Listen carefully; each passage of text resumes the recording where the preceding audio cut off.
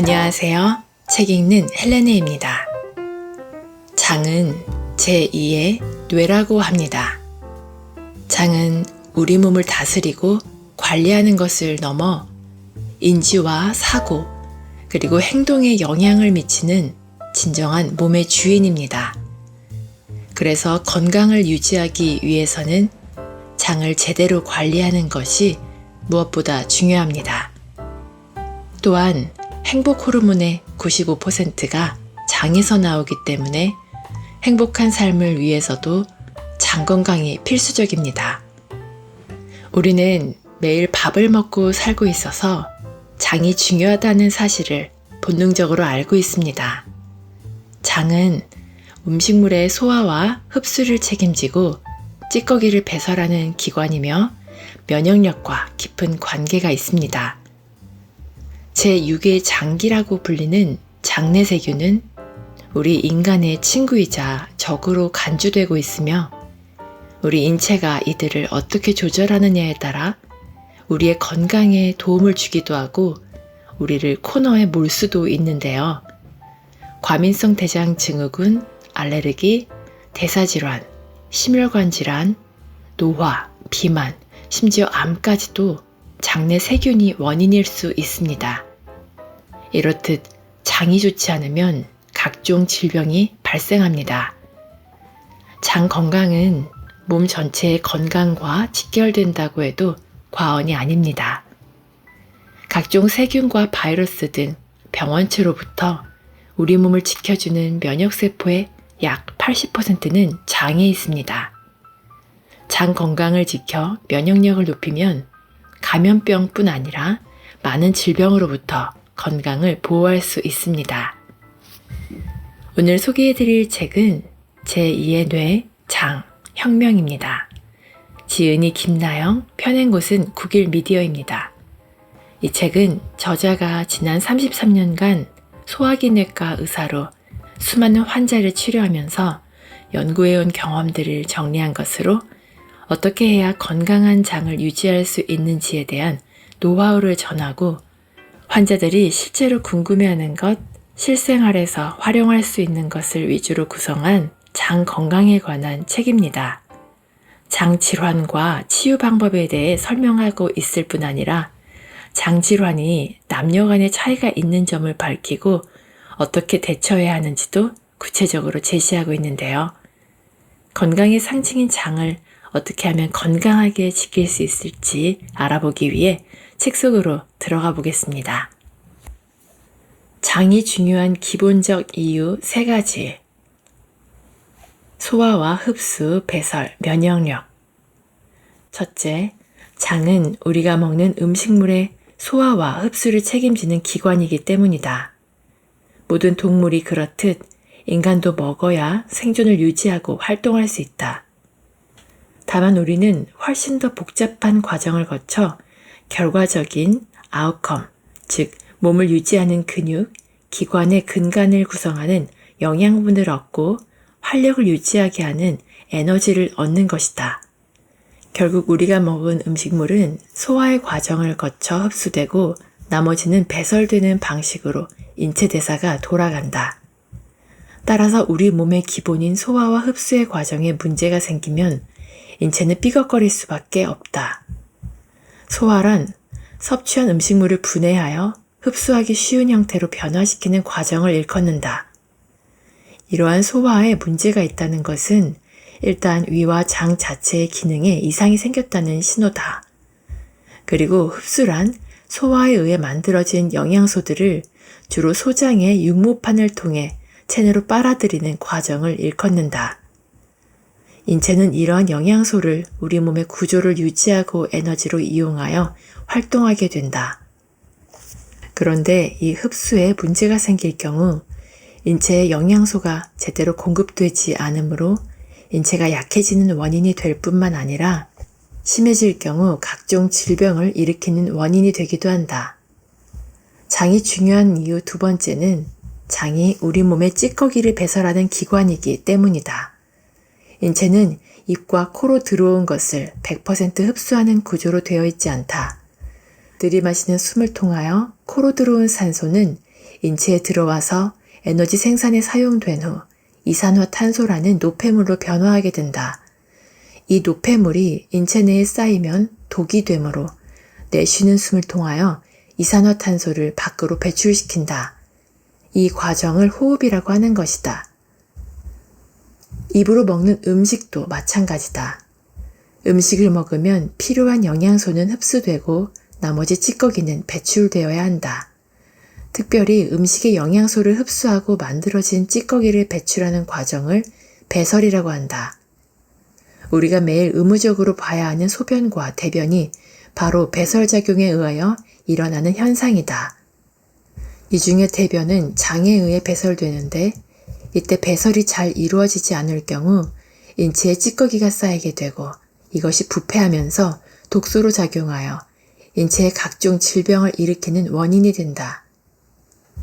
장이 중요한 세 번째 이유는 장이 인체의 면역력과 깊은 관계가 있기 때문이다. 장이 인체의 면역력과 관계가 있다는 이야기가 어쩌면 생소하게 들릴지도 모르겠다.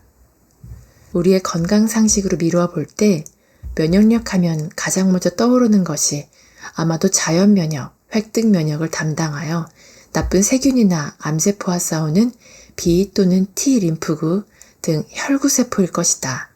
또한 근육과 탄탄한 몸을 연상할 수도 있다.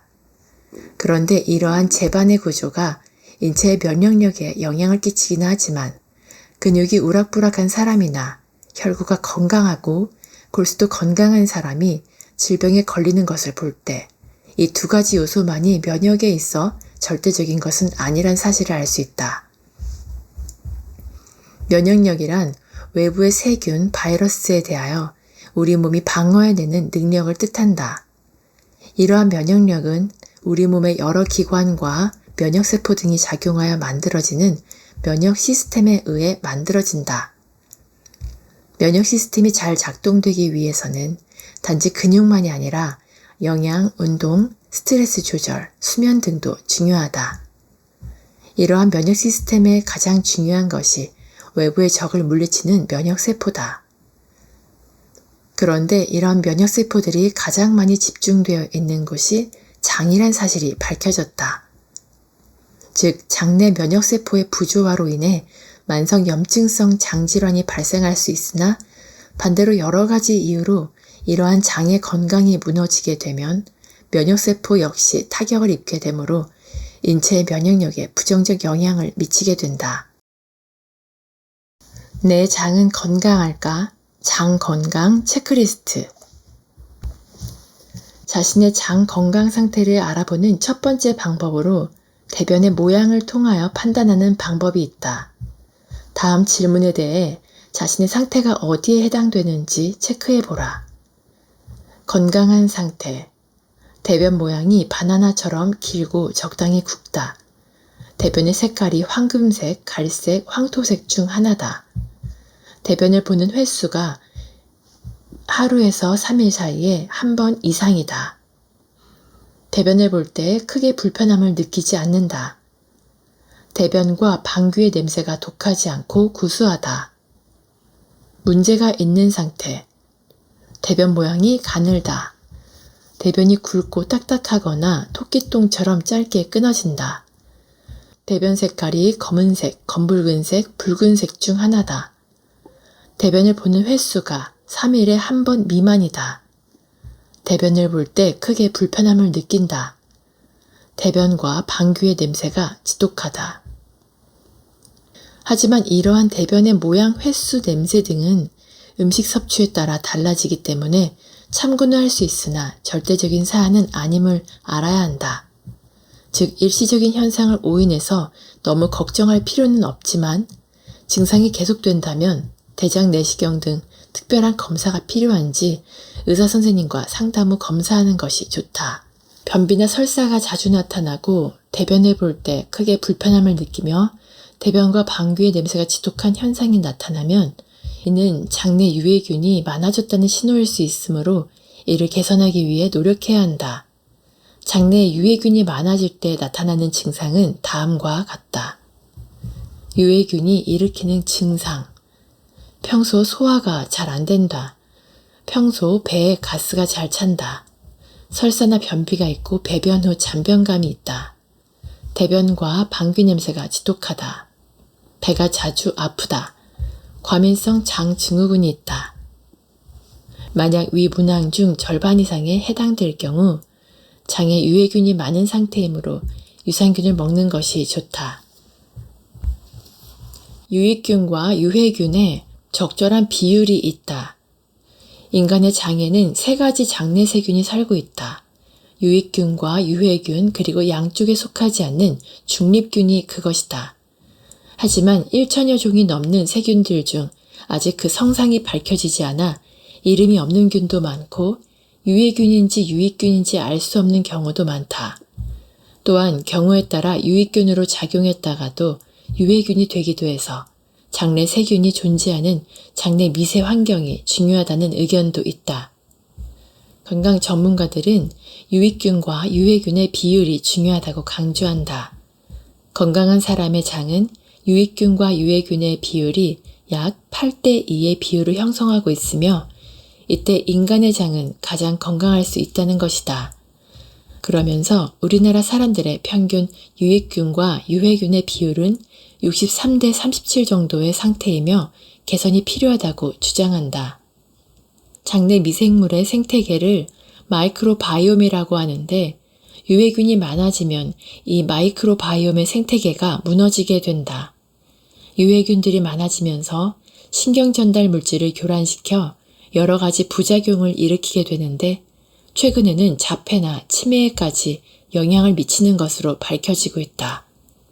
식욕에 대하여 대뇌회로를 교란시키는 작용이 일어날 경우 포만감을 느끼는 것을 방해하며 끝없이 탄수화물을 갈망하는 증상으로 이어질 수 있다. 또 정신적으로 기분을 떨어뜨리는 증상을 일으키며 수면의 질을 저하시켜 만성적인 피로를 일으킬 수도 있다. 또한 유해균의 증가는 피부를 자극하여 습진, 두드러기, 뾰루지, 건조증, 가려움증 등을 일으킬 수 있다. 비염, 아토피 등의 알레르기 증상 또한 유해균의 증가와 관련이 있을 수 있다. 특정 음식만 먹으면 배가 불편하고 복부팽만, 설사, 복통, 구역구토가 일어나는 것도 이와 관련이 있을 수 있다. 그렇다면 어떻게 해야 유해균의 수를 줄이고 유익균의 수를 늘릴 수 있을까? 이에 대하여 대부분의 사람들이 오해하고 있는 것이 유산균만 많이 먹으면 된다는 생각이다. 그래서 요구르트를 많이 먹거나 유산균 영양제를 먹는다. 하지만 장내 미생물 환경이 나빠진 근본 원인을 해결하지 않고서는 이런 것들이 큰 효과를 거둘 수 없다. 장내 미생물 환경이 나빠진 원인을 열거해 보면 과도한 당 섭취, 알코올 섭취, 흡연, 식이섬유의 부족, 특정 영양소의 결핍, 수분 섭취 부족, 과다한 약물 복용 등을 들 수 있다. 따라서 이 부분들을 절제하는 노력이 먼저 이루어져야 한다. 그리고 요구르트, 김치, 나토 등의 발효 음식을 많이 섭취하고 채소, 껍질째 먹는 과일, 가공하지 않은 곡류와 견과류 등 섬유질이 많이 든 음식을 풍부하게 먹으면 도움을 얻을 수 있다. 프로바이오틱스가 풍부한 식품들. 프로바이오틱스는 단지 유산균만을 뜻하는 것이 아니라 장에 도달했을 때 다른 미생물의 성장을 촉진시키고 숙주에 도움을 주는 장내 미생물이라고 정의된다. 실제 프로바이오틱스에는 유산균뿐 아니라 낙산균, 효모균, 포자균, 고초균 등의 생균제와 발효유 등이 포함되어 있다. 따라서 프로바이오틱스에는 유익균의 연료가 되는 물질이 들어있다고 할 수 있으며 이를 통하여 유익균의 성장과 활동을 촉진하고 유해균의 성장과 활동은 억제하는 역할을 한다. 프로바이오틱스가 장에 도달하면 제일 먼저 젖산을 생성하여 장내 환경을 산성으로 만드는데 이때 산성에 약한 유해균들은 그 수가 감소하고 산성에서 오히려 잘 자라는 유익균들은 그 수가 증가하여 장내 환경을 건강하게 만들어주는 원리다. 프로바이오틱스가 장에 도달하면 제일 먼저 젖산을 생성하여 장내 환경을 산성으로 만드는데 이때 산성에 약한 유해균들은 그 수가 감소하고 산성에서 오히려 잘 자라는 유익균들은 그 수가 증가하여 장내 환경을 건강하게 만들어주는 원리다. 그렇다면 우리가 일상적으로 먹는 음식들 중에 프로바이오틱스가 풍부한 음식들은 무엇이 있을까? 김치, 된장, 요구르트, 치즈 등 모든 발효식품들이 여기에 해당될 수 있다. 여기에 더하여 신바이오틱스까지 생각한다면 마늘, 양파, 부추, 사과 등도 해당될 수 있다. 부추에는 약 16%가량의 이눌린 섬유가 포함되어 있으며 사과는 절반이 팩틴이라는 섬유질로 구성되어 있다. 이 성분들이 장내 유익균의 수를 늘리는데 결정적인 역할을 하는 것이다. 하지만 사과는 고포드맵 식품으로 장내 가스를 많이 만들어낼 수 있는 점도 고려해야 한다. 즉 어떤 사람에게는 사과가 좋을 수도 있지만 어떤 사람에게는 복부 불편감 증상을 더 유발할 수 있기 때문에 잘 선택하는 것이 좋다. 장 건강에 나쁜 영향을 미치는 습관들. 현대인의 생활 습관을 들여다보면 장 건강에 나쁜 영향을 주는 습관들로 가득 차 있는 듯하다. 아침에 일어나자마자 모닝커피를 즐기는 사람들이 많은데 빈속의 커피는 위에 좋지 않을 수도 있으므로 조심해야 한다. 기상 직후는 하루 중에 코르티솔 호르몬의 분비가 가장 활발히 이루어진다. 스트레스를 조절하고 신진대사에 관여하는 호르몬으로 기상 직후는 잠자던 뇌를 깨워야 하는 시간이므로 코르티솔 호르몬의 분비가 활발히 이루어지는 것이다. 이때 각성작용을 일으키는 카페인이 들어오면 코르티솔 호르몬의 작용을 더 강화시킬 수 있다. 이로 인해 공복 상태에서의 위산 분비를 촉진시킬 수 있는데 정신작용에도 영향을 미쳐 가슴 두근거리는 증상 등이 생길 수도 있다. 빈속에 위산이 분비되면 속이 쓰린 증상이 생길 수도 있고 심하면 위점막을 자극하여 위험을 일으킬 수도 있다. 화장실에 가서도 계속 핸드폰을 사용하는 경우가 많은데 이 또한 장 건강에 나쁜 영향을 끼칠 수 있으므로 조심해야 한다. 대개 볼일을 보면서 핸드폰을 하다 보면 핸드폰에 빠져 오랫동안 앉아있게 되는데 이 때문에 장 건강에 악영향을 끼칠 수 있다. 직장에 변이 충분히 쌓이면 직장의 수축작용이 일어나기 시작한다. 변을 밀어내는 직장의 연동운동으로 인해 이 신호로 변이를 느끼게 되고 직장의 변은 항문으로 내려오고 항문이 열리면서 배설하는 작용이 이루어지게 된다. 정상적인 배변은 이 과정이 5분 안에 끝나야 한다. 혹 늦더라도 10분 이내에는 끝나게 된다. 그런데 스마트폰을 본다고 10분 이상 변기에 앉아있게 되면 이러한 장과 항문의 운동이 느슨해진다. 이 때문에 나오려던 변도 배설작용을 멈추게 되므로 변비의 원인이 될 수 있다. 다이어트나 아침잠을 위해서 아침 식사를 거르는 사람도 적지 않은데 이 또한 변비의 원인이 될 수 있기 때문에 조심해야 한다. 하루 중 배변하기 가장 좋은 시간은 아침 식사 직후다. 밤사이 비어있던 장에 음식물이 들어오게 되면 결장에 쌓여있던 변이 직장으로 이동하면서 배변의 신호가 나타나게 된다. 이것을 위대장 반사 운동이라고 하는데 하루 중 아침 식사 직후에 가장 강하게 일어난다. 그런데 아침 식사를 거르면 이 기회를 놓치게 되는 것이므로 변비의 원인이 될 수 있는 것이다. 한편 바쁜 일상 때문에 배변의 신호가 왔는데도 참고 그냥 지나가는 사람이 많은데 이 또한 변비의 원인이 될 수 있으므로 조심해야 한다.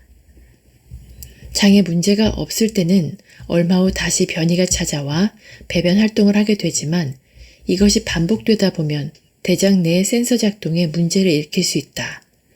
이 상태가 되면 장 속에 변이 찾는데도 변이가 느껴지지 않으면서 변비로 이어지는 경우가 많다. 바쁜 일상 때문에 불규칙한 식습관을 갖는 경우가 많다. 또한 하루 종일 간식을 입에 달고 살아 식사 시간이 불규칙한 사람도 있다. 이처럼 불규칙한 식습관은 대장 관련 질환을 증가시키는 주범이 될 수 있으므로 조심해야 한다. 또한 야식을 먹는 경우가 많은데 이것도 장에 부담을 줄 수 있으므로 조심해야 한다. 건강한 장을 만드는 올바른 식사법. 어떤 음식을 먹는가보다 더 중요한 것은 얼마만큼의 양을 먹는가이다. 건강상식 중 과학적으로 증명된 몇 안 되는 것 중 하나가 과식이다. 과식은 당연히 장에 무리를 주므로 장 건강에 나쁘다. 따라서 음식을 가리기보다 양을 절제하는데 더 신경을 써야 한다. 현대인은 칼로리를 따지는데 칼로리보다 자신의 장에 무리를 주지 않는 선에서 적당한 양을 먹는 것이 더 중요하다. 먹고 나서 속에 부담이 되지 않고 기분이 좋다면 장에도 무리가 가지 않는다는 뜻이다. 다른 중요한 사실 중 하나는 연령이 증가할수록 대사량과 소화 능력이 감소하기에 60세 이상이 되면 그 전에 비해 열량 섭취를 줄여야 한다. 그렇다면 어느 정도의 양이 적당한 양이 될까? 사람들은 대개 포만감이 들 때까지 먹고 싶어 한다. 하지만 포만감이 들 때까지 먹으면 이미 적당한 양을 넘어선 상태가 되므로 피해야 한다. 만약 약간 모자란 느낌인데 수저를 놓을 수 있다면 장에 무리를 주지 않는 적당한 양을 먹은 것이 될 수 있다. 얼마만큼의 양을 먹는가에서 또 하나 중요한 것은 식사량의 항상성을 지키는 것이다. 우리 몸은 생체 리듬이 있기 때문에 예측 가능한 습관이 몸의 호르몬, 신경계에 무리를 주지 않기 때문이다. 어제까지 소식했으니 오늘 하루는 과식해도 괜찮겠지 하는 마음은 금물이라는 것이다. 마지막으로 어떻게 먹는가 또한 장 건강을 위해 매우 중요한 식습관이라고 할 수 있다. 아무리 몸에 좋은 음식을 적당량 먹었다고 해도 장 건강이 좋지 않은 사람들이 더러 있다. 이런 사람들이 밥 먹는 모습을 관찰해 보면 그 이유를 알 수 있게 된다.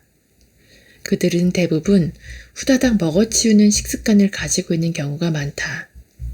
밥을 빨리 먹게 되면 제대로 부서지지 않은 음식이 그대로 위장에 쌓이고 이것은 고스란히 위장의 부담으로 이어지게 된다. 밥을 빨리 먹는 현상은 대부분 식습관으로 잡혀 있기에 장은 매번 이런 수고를 감내해야 하고 결국 기능에 문제를 일으키고야 만다.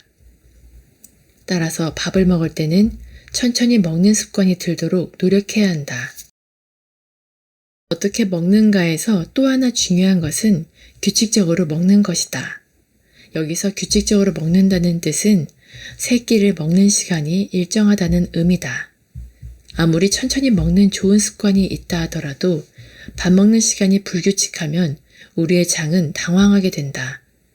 왜냐하면 장은 규칙적 생체 리듬에 의해 움직이게 되는데 갑자기 음식물이 들어오면 우리 몸, 특히 장은 어떻게든 이를 소화시키기 위해 오작동을 일으킬 수 있기 때문이다. 게다가 간식을 먹는답시고 시도 때도 없이 음식물이 들어오면 장은 부담을 느끼게 된다. 장을 건강하게 만드는 물 마시는 습관. 특별히 수분 부족은 장 건강에 이상을 일으킨다. 우리 몸에는 22가지의 효소가 있는데 이 효소들이 대부분 수분으로 이루어져 있다. 그런데 위, 췌장, 소화효소 등 하루에 분비되는 효소의 양이 무려 7리터 정도가 되기 때문에 수분이 부족할 경우 이 효소 분비에 문제를 일으키게 된다. 또한 수분 부족은 장내 점액질에도 문제를 일으켜 소화작용을 방해할 수도 있다. 그렇다면 정말 하루에 물을 2리터나 마셔야 하는 걸까? 세계보건기구 WHO에서도 하루에 약 2리터의 수분을 보충해야 한다고 권고하고 있다. 하지만 여기서 주목해야 할 것은 물이 아니라 수분이라는 사실과 이를 권고하고 있다는 사실이다. 사람은 하루에 약 2리터의 수분을 배출하는 것으로 알려져 있다. 따라서 이 정도의 수분은 보충해줘야 한다는 뜻에서 세계보건기구가 하루 2리터의 수분 보충을 권고하고 있는 것이다. 이때 수분은 단지 물만을 뜻하는 것이 아니라 음식에 포함된 물까지 모두 포함하여 이르는 말이다. 사람은 음식을 통해서도 하루에 약 1리터 내외의 수분을 섭취하고 있다. 따라서 우리나라 사람을 기준으로 할 때 하루에 보충해줘야 할 물의 양은 900에서 1200ml라고 한다. 그러나 변비가 있는 경우는 수분으로 2리터를 마실 것을 권유하기도 한다. 반대로 물을 많이 마시면 안 되는 경우도 있는데 심장, 간, 신장 등의 질환을 가지고 있는 사람들이다. 이런 사람들이 물을 많이 마실 경우 각각의 기전에 의해 질환이 더 나빠질 수도 있기 때문이다. 예를 들어 신장 질환의 경우 혈액 펌프질에 문제가 생긴 것인데 물이 많이 들어와 혈액량이 많아지면 오히려 심장 펌프질에 부하를 줘서 심부전 등 심장 질환을 악화시킬 수도 있는 것이다. 한편 장 건강을 위해서는 물 마시는 시간도 중요하다. 물의 효과를 기대하기 위해서는 빈속에 물을 마시는 것이 좋다. 이때 물이 장 전체를 거치면서 청소해주는 효과도 누릴 수 있다. 따라서 물은 기상 직후라든지 식사 후 2-3시간이 지났을 때 마시면 더 좋은 효과를 누릴 수 있다. 기능성 장 질환별 좋은 음식과 나쁜 음식. 먼저 위식도 역류 질환의 경우 과일로는 사과, 배, 바나나가 비교적 산이 적어 식도 점막의 자극을 줄일 수 있는 음식으로 나타나 있다. 또 육식으로는 껍질을 제외한 닭고기와 생선이 다른 고기에 비해 지방질이 적어 하부식도 괄약근을 약화시키지 않으므로 도움이 되는 것으로 나타나 있다. 더불어 저지방 우유와 요거트 등도 증상을 개선하는 데 도움이 된다. 반면 비계가 많이 섞인 고지방의 육류는 지방이 역류를 증가시키고 위산도 더 많이 분비시키기 때문에 좋지 않은 음식으로 분류된다. 과일 중 토마토, 오렌지, 포도, 파인애플에 들어있는 구연산도 식도 점막을 자극하므로 좋지 않다. 커피, 콜라, 초콜릿 등도 식도의 산도를 높이고 하부식도 괄약근을 자극하므로 증상을 악화시킬 수 있다. 담배, 술도 당연히 위산 분비를 늘리고 식도 운동을 약화시킬 수 있기 때문에 좋지 않다. 기능성 소화불량의 경우 쌀밥과 생강, 차 등이 증상을 완화하는 데 도움을 준다. 쌀밥은 다른 곡물에 비해 소장에서 완전히 흡수되는 곡물이다. 따라서 복부가스를 적게 만들어내고 음식 알레르기도 적어 위를 안정화하는 데 도움을 줄 수 있다. 생강은 소화불량 개선에 도움을 준다는 일부 연구가 나와 있을 정도로 소화불량 증상을 완화시킬 수 있는 음식이다.